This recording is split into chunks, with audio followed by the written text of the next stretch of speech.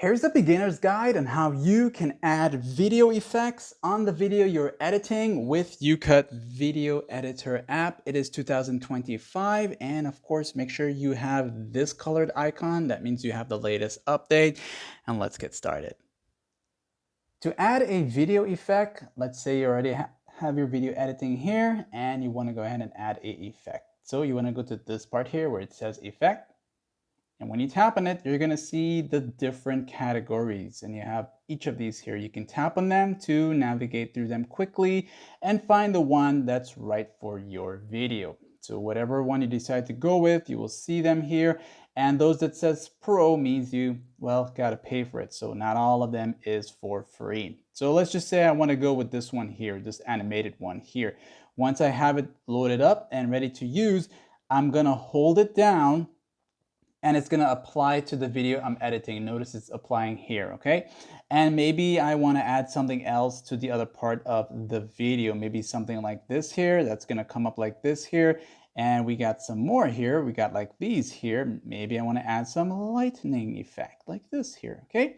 Now, once you're done with all your effects, you can press the check mark, or if you want to delete any one of them that you don't want, you can just tap on them individually while here in this mode here and press delete to remove them. So now we have our effects, and for the video effects, they're going to come up in the color of a light purple violet color like this here. So once you see this color here, that means this is a video effect that you have applied. Each of them will be named. So you got fire frame here, and depending on how long it is, you can see the name. So for every one of them, you have the option to increase the range, replace it, delete it, copy it, or add something on it. Adding on it doesn't really like overlay it or anything like that. It just mixes it up together in one go like that. So you have one effect here and you have the other effect there together at the same time. So it's not going to be like something that kind of blends in together. It's actually two separate effects, but it looks like they're blended in together. And of course, if you don't like any of them, you can tap on it and delete the one that you don't want. Just like a text, a picture, a sticker, or a video overlay, you can hold them down and move it to another part of your video. So maybe you might have added this effect here and you want to place it to another part of your video. So you hold it down and drag it over to another part there. And maybe one of them is kind of short. Maybe you wanted that effect to be longer.